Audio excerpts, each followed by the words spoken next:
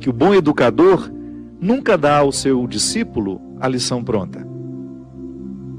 Seria um crime contra o discípulo oferecer a ele a lição pronta.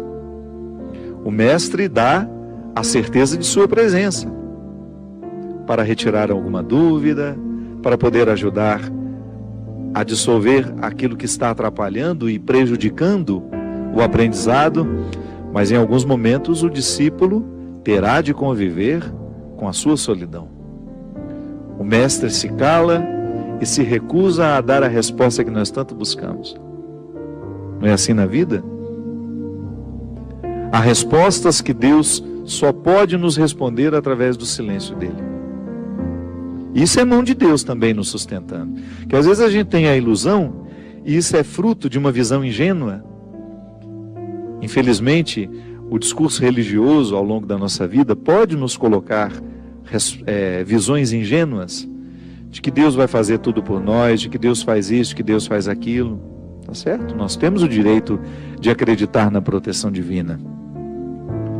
Mas nós não estamos desobrigados de fazer a nossa parte. Porque é uma questão de sabedoria, de maturidade. O pai faz isso com o filho, a mãe faz isso com o filho. O amor não pode nos fazer pensar, o amor que a gente sabe que Deus tem por nós, não pode nos fazer pensar de que Ele fará tudo. Gosto muito dessa expressão. Nós só temos o direito de esperar pelo impossível depois que a gente fez tudo o que nos foi possível. Então Deus nos protege? Sim. Mas Ele também pede que eu faça a minha parte nessa proteção.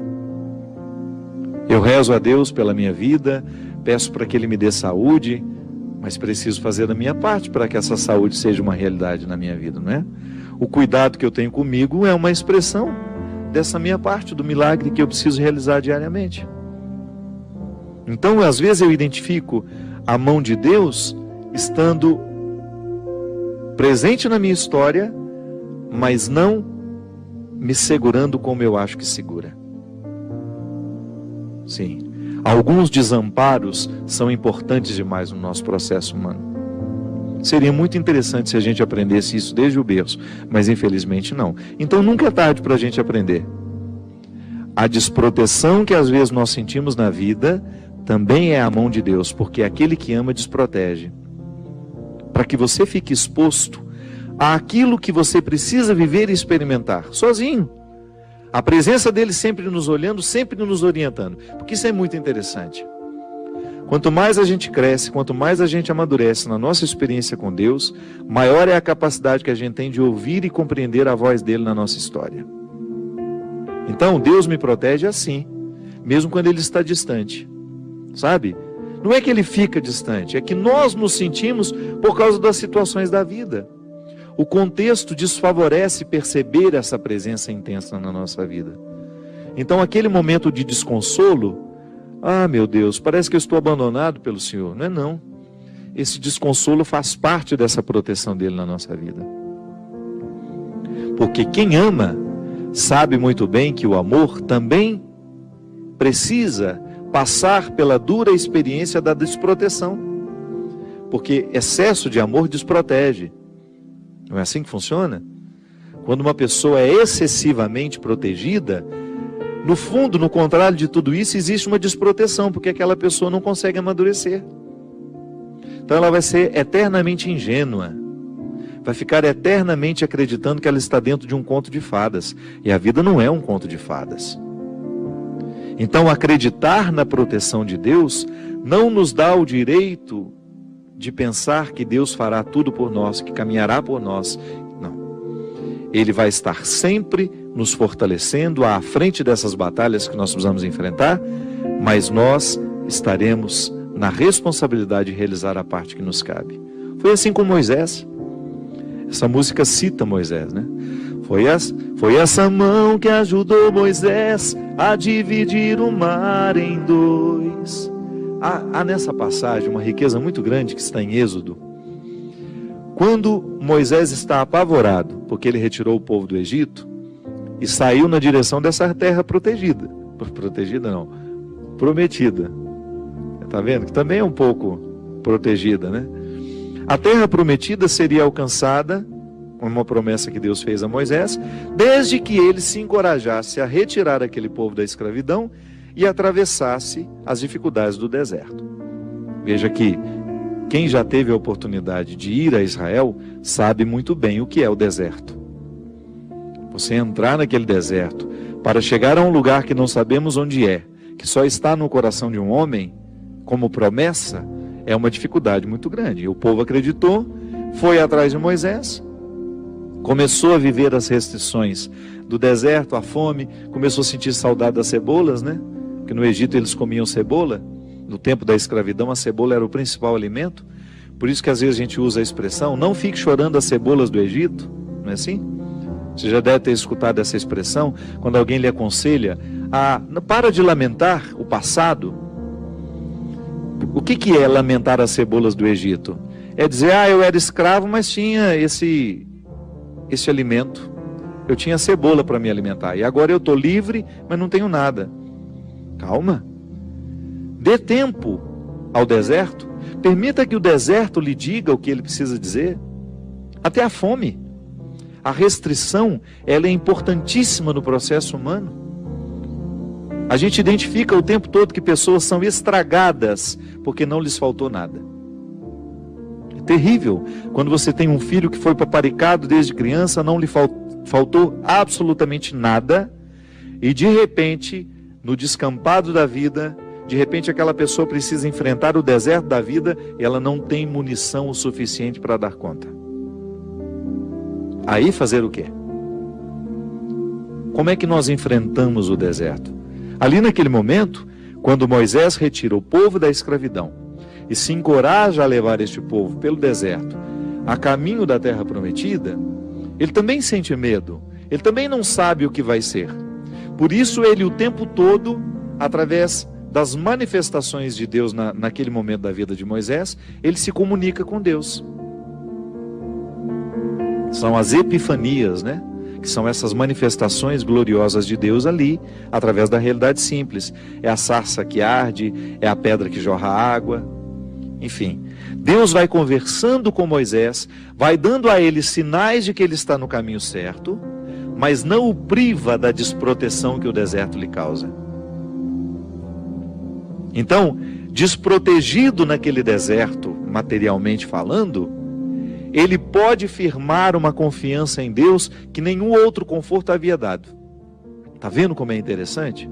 Como a desproteção, a aparente desproteção, ela tem todo um cuidado reservado e de bastidores ali. Da mesma maneira como você que é pai, é mãe, e você cria uma restrição ao seu filho para que ele possa amadurecer, não é assim? Às vezes você retira alguma coisa do seu filho para que ele sinta realmente a falta, para que depois ele tenha condições de valorizar depois. Volto a dizer, muitas pessoas dão errado na vida é porque não lhes faltou nada.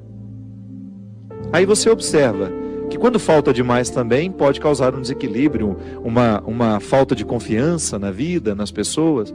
Enfim, é o equilíbrio que dá certo. Quando você começa a educar, colocando proteção e aparentes desproteções, onde aquela pessoa terá de enfrentar a situação sozinha, ainda que você esteja vendo de longe. Eu enfrentei situações na minha vida extremamente difíceis, que não bastava o outro dizer, eu estou aqui. Por quê? Porque elas eram minhas. Até ajuda você olhar para o lado, saber que tem um amigo com você, que existe uma mãe, que existe um pai, um irmão. Mas em muitos momentos da nossa vida, este calvário é para ser vivido na solidão. É quando eu preciso viver essa sensação de estar desprotegido, da mesma maneira como Moisés viveu, ao pisar os desconfortos do deserto, ao enfrentar aqueles desconfortos, ele compreendeu o que é a condição humana. Então eu também faço essa experiência. Você faz. Eu não quero passar a vida em brancas nuvens, não quero mesmo. E é por isso que desde muito menino, quando a vida me era difícil, eu encontrava alguma coisa naquele desconforto que me fazia pensar mais alto, que me fazia pensar além. Moisés vivendo O desconforto do deserto precisava convencer os que estavam ao lado dele de que aquele desconforto valeria a pena. Mas alguns queriam voltar para a escravidão. Olha como a fraqueza humana está muito presente na nossa vida no momento do desconforto. Quanta gente, vou dar um exemplo simples para você entender. Existem pessoas que precisam romper com namoros que são terríveis, desastrosos. Aquela pessoa só faz mal a você sabe disso, mas você tem um vínculo com ela, você tem necessidade afetiva, você não consegue romper aquele namoro.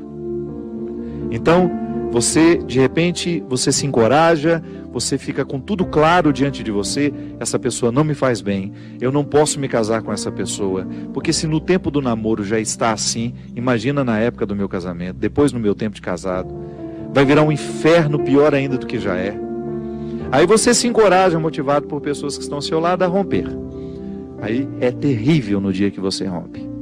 O sofrimento é cruel dentro de você.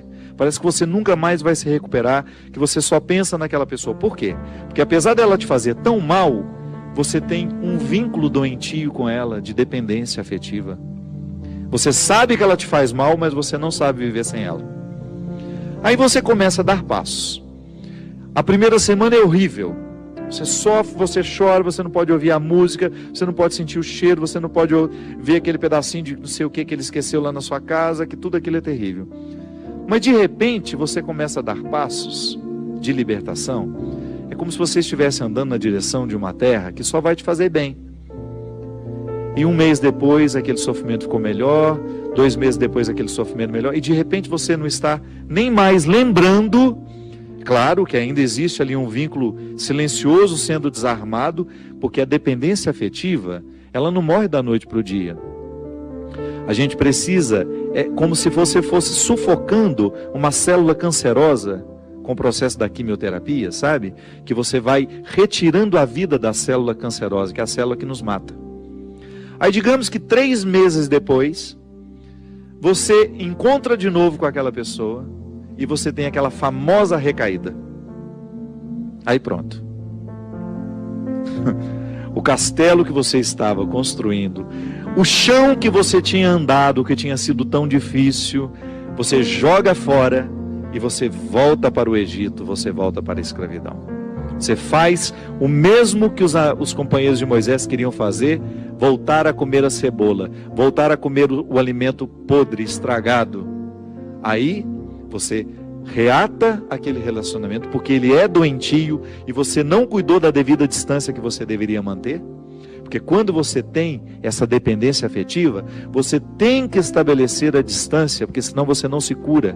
Você tem que parar de querer saber da vida daquela pessoa, porque senão você não se cura. Você precisa parar de ficar fuçando o Facebook dela, porque senão você não se cura. Você precisa parar de ficar investigando a vida. Onde que ela foi? O que ela está? Você tem que cessar todos os pontos que podem lhe fazer querer voltar para o Egito. Porque senão você nunca vai se libertar. Aí 3 meses depois você está bela e formosa já, matando a célula cancerígena, você vai dar mais uns beijos na boca, volta àquela dependência horrorosa e o inferno retorna na sua vida. Na sua primeira semana é até bom que está tudo voltando.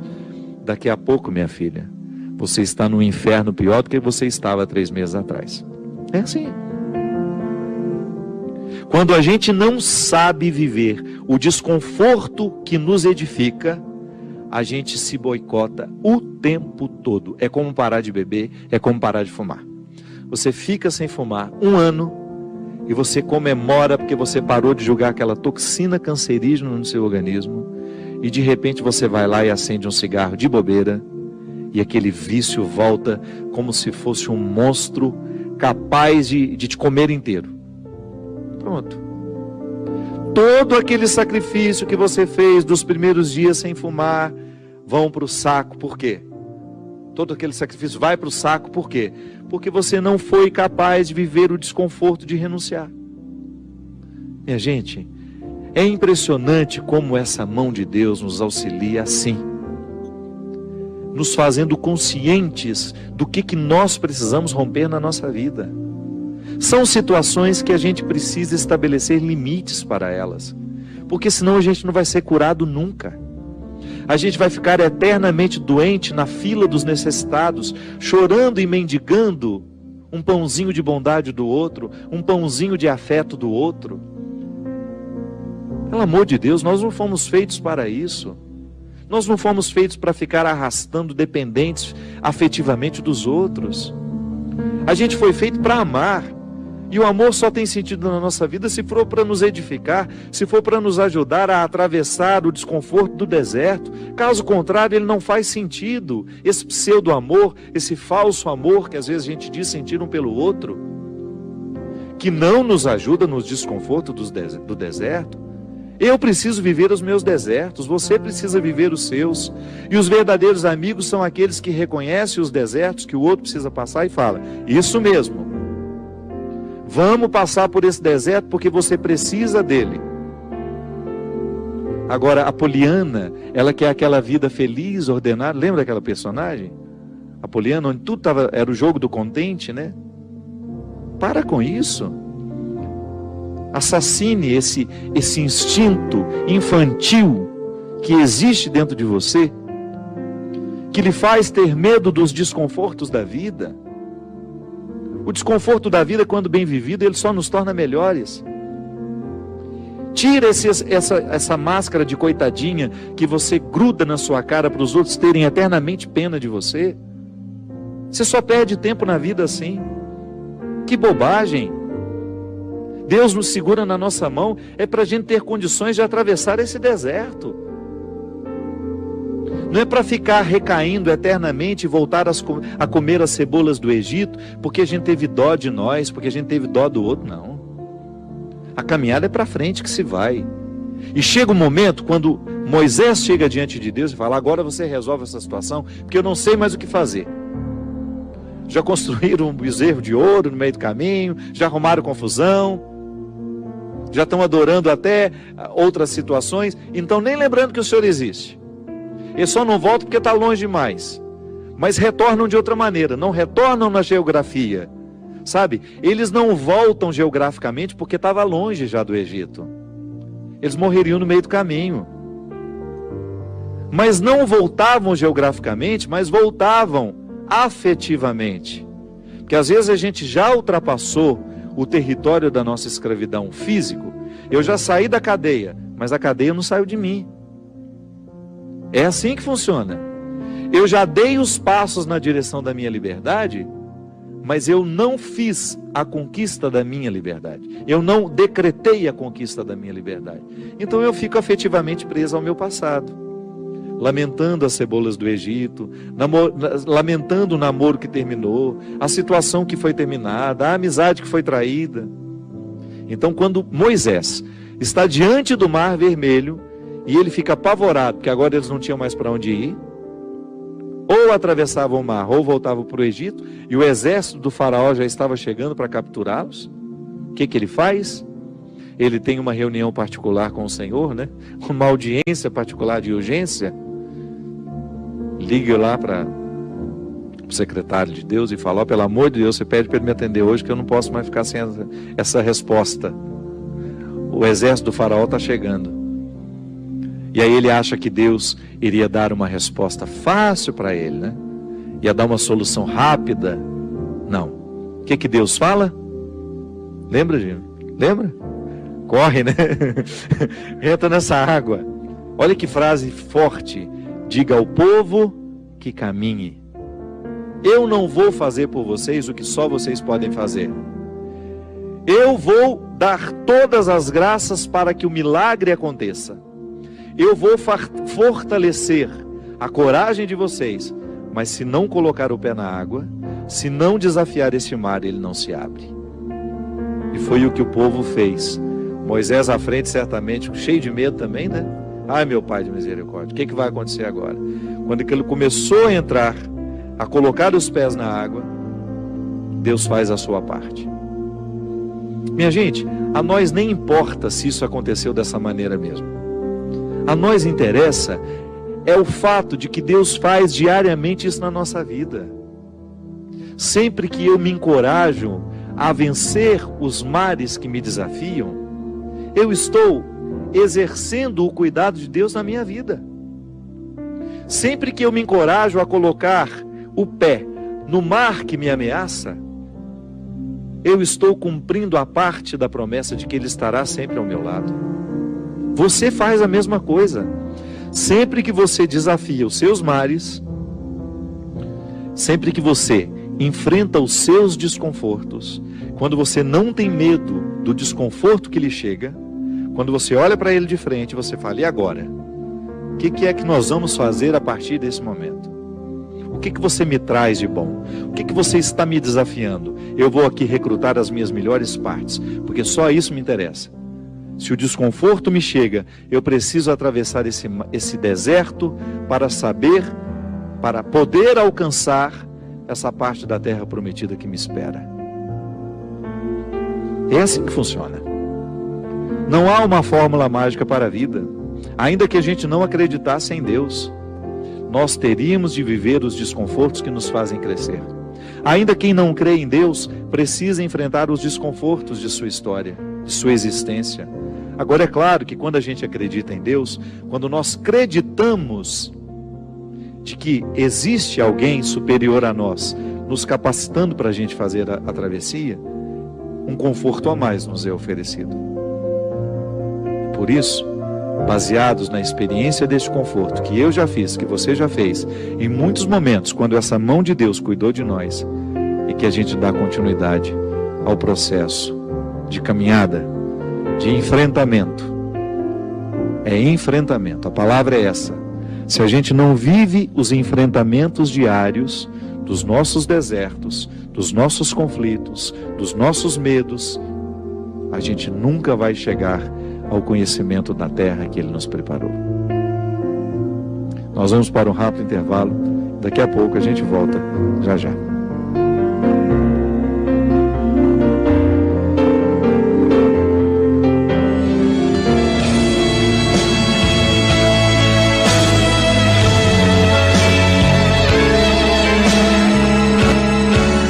Estamos de volta com o programa Direção Espiritual. Boa noite, Christian. Tudo certíssimo por aí? Eu te cumprimentei hoje? Não. Acho que não, que nós gravamos aqui antes, eu não sei o que eu fiz. É que eu tô velho, ele tá sonolento. Se você observar o Christian hoje, inclusive eu vou pedir até que você focalize ele um pouco mais. Ele tá mais sonolento que o normal hoje. Tá quase dormindo.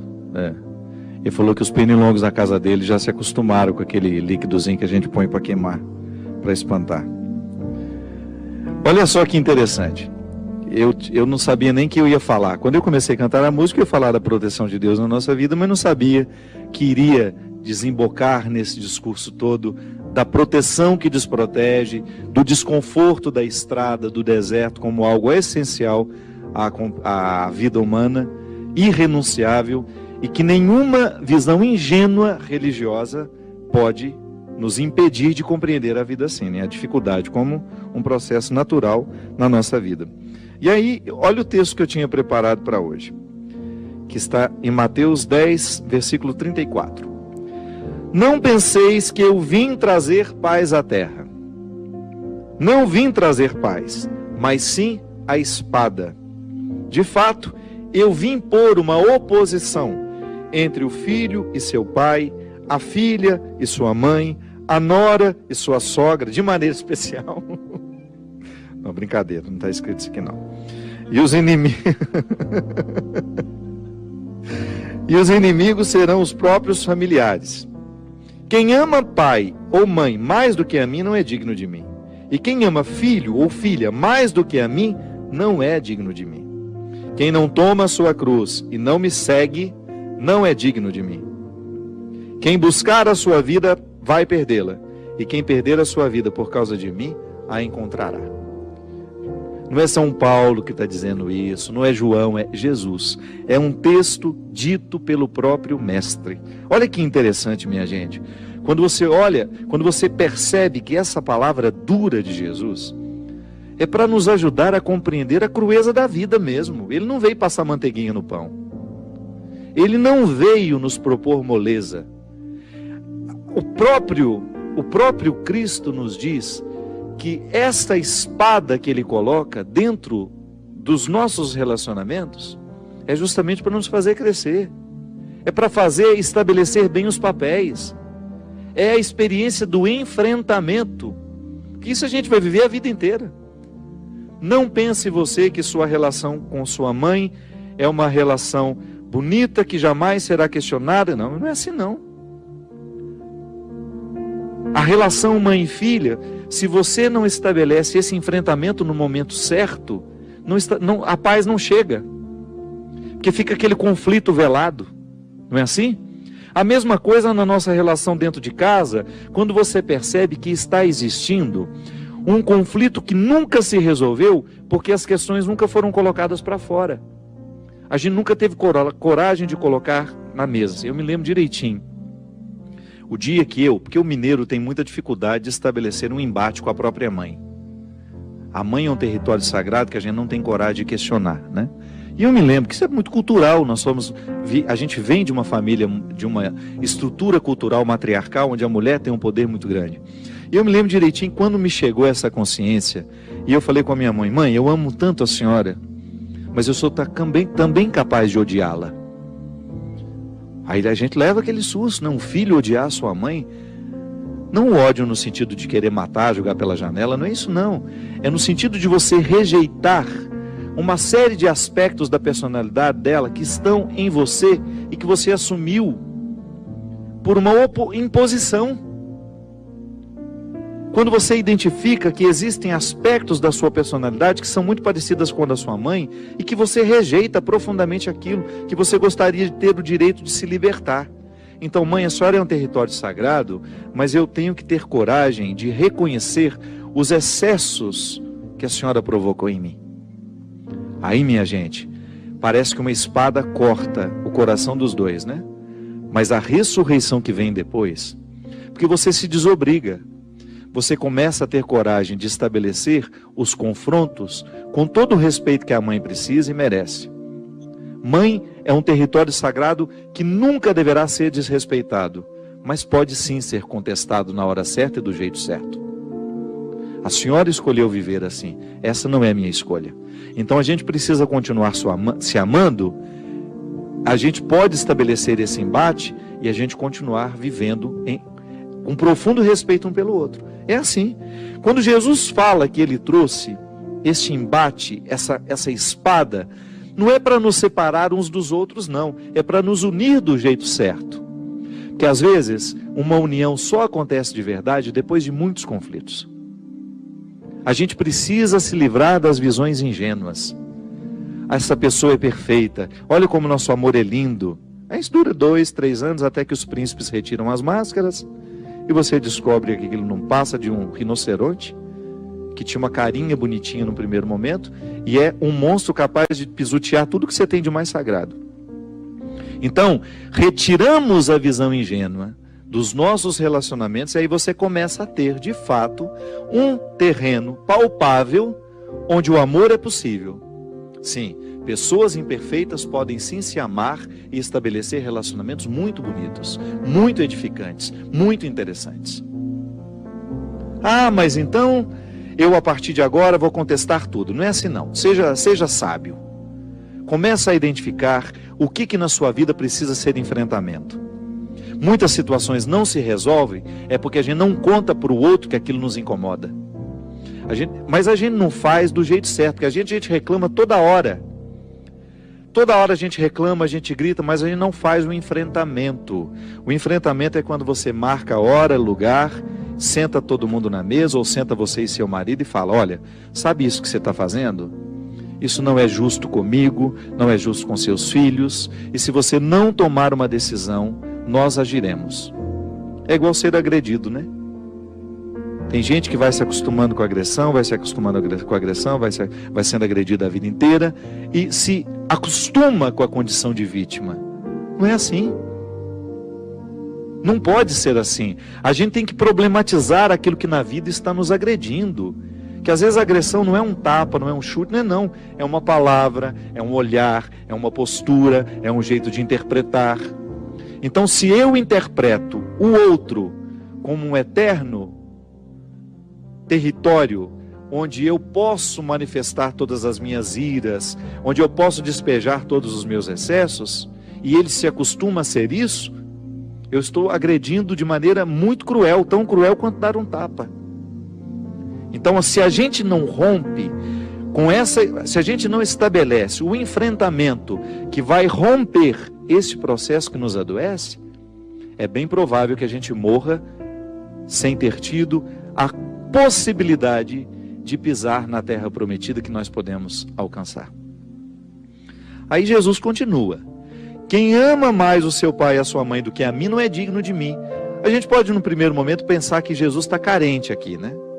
Ele só quer o amor todo para ele. Não, isso também é visão ingênua. Vamos superar essas visões ingênuas. Aqui, o amor que Jesus está falando refere-se à capacidade de nós tomarmos tudo que ele nos ensina e colocar isso muito mais importante como aquilo que meu pai e minha mãe me ensinou.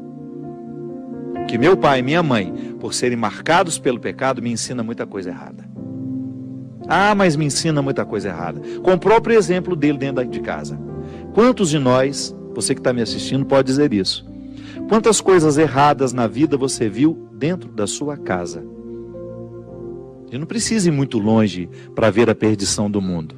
Às vezes está ali dentro, com uma falta de testemunho, com uma falta de honestidade, com uma falta de verdade. Os vícios que nós criticamos tanto dentro, que estão presentes pelo mundo afora, às vezes estão aqui dentro da nossa casa, do nosso lado, sendo promovidos por pessoas que nos amam e dando exemplo aos filhos que estão crescendo. Os nossos lares precisam de conversão, sim, minha gente.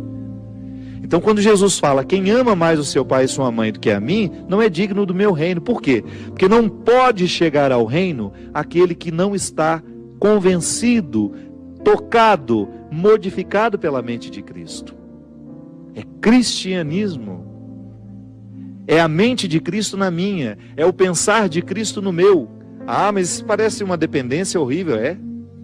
Se você quiser olhar como uma dependência, mas é uma dependência que só me faz bem. Porque não tem uma palavra de Jesus, não tem um só conselho que ele tenha deixado que se oponha à minha felicidade.